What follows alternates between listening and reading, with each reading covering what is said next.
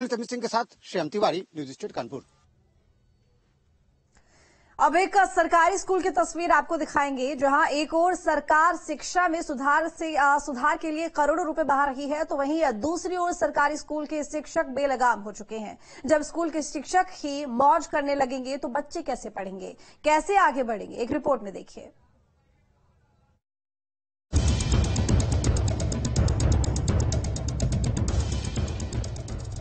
बच्चों के भविष्य से खिलवाड़ क्यों? स्कूल में शिक्षकों की मनमानी। पैसे पढ़ेंगे तो कैसे बढ़ेंगे? बेसिक शिक्षा की गुणवत्ता सुधारने के लिए सरकार की ओर से पानी की तरह रुपया बहाया जा रहा है, फिर भी शिक्षा में कोई सुधार नहीं आ पा रहा। उत्तर प्रदेश सरकार शिक्षा को बेहतर बनाने के लिए हर संभव प्रयास कर रही है, लेकिन कुछ स्कूल ऐसे हैं जो सरकार की योजनाओं पर पलीता लगा रहे हैं। बच्चों को वास्तविक शिक्षा देने के लिए आए दिन नए गाइडलाइन जारी किए जाते हैं, जिससे बच्चों के भविष्य को शिक्षा के साथ संवारा जा सके। लेकिन जब विद्यालय में वहां के अध्यापक और प्रधानाचार्य अपने दायित्व का निर्वहन करने में लापरवाही बरतेंगे तो नौनिहालों का भविष्य अंधकारमय हो जाएगा। नौनिहालों की पढ़ाई भगवान भरोसे चलने लगी है। इन तस्वीरों को ही देख लीजिए, जहां सरकारी स्कूल में बच्चों के भविष्य से खिलवाड़ किया जा रहा है। ये तस्वीरें महाराजगंज के नौनतनवा तहसील क्षेत्र के आरजी महुआ गांव की है। स्कूल में तैनात प्रधानाचार्य और अध्यापक नदारद रहते हैं। ग्रामीणों का आरोप है, विद्यालय के जिम्मेदार शिक्षक बराबर स्कूल से गायब रहते हैं, इसलिए बच्चे विद्यालय में अक्सर खेलते हुए नजर आते हैं। फिलहाल इस वक्त हम मौजूद हैं महाराजगंज जनपद के नौतनवा तहसील क्षेत्र अंतर्गत प्राथमिक विद्यालय बड़गाहा प्रथम में, जहां टाइम एंड मोशन गाइडलाइन की धज्जियां उड़ाई जा रही हैं। इस भीषण गर्मी को देखते हुए खासकर उत्तर प्रदेश के प्राइमरी और उच्च प्राथमिक स्कूलों में सुबह 8 बजे से लेकर 2 बजे तक की पढ़ाई कराने का निर्देश है, लेकिन आदेशों को ताक पर रखकर यहां पर तैनात जिम्मेदार शिक्षक कागजों में कालम पूर्ति कर बिना किसी पूर्व सूचना के विद्यालय से गायब रहते हैं। न्यूज स्टेट की टीम ने जब यहां पहुंचकर जमीनी हकीकत को जानने का प्रयास किया तो मामला बेहद ही चौंकाने वाला था। विद्यालय में तैनात रसोइया ने बताया कि प्रधानाचार्य और अध्यापक दोनों ही नमाज पढ़ने के लिए गए हुए हैं।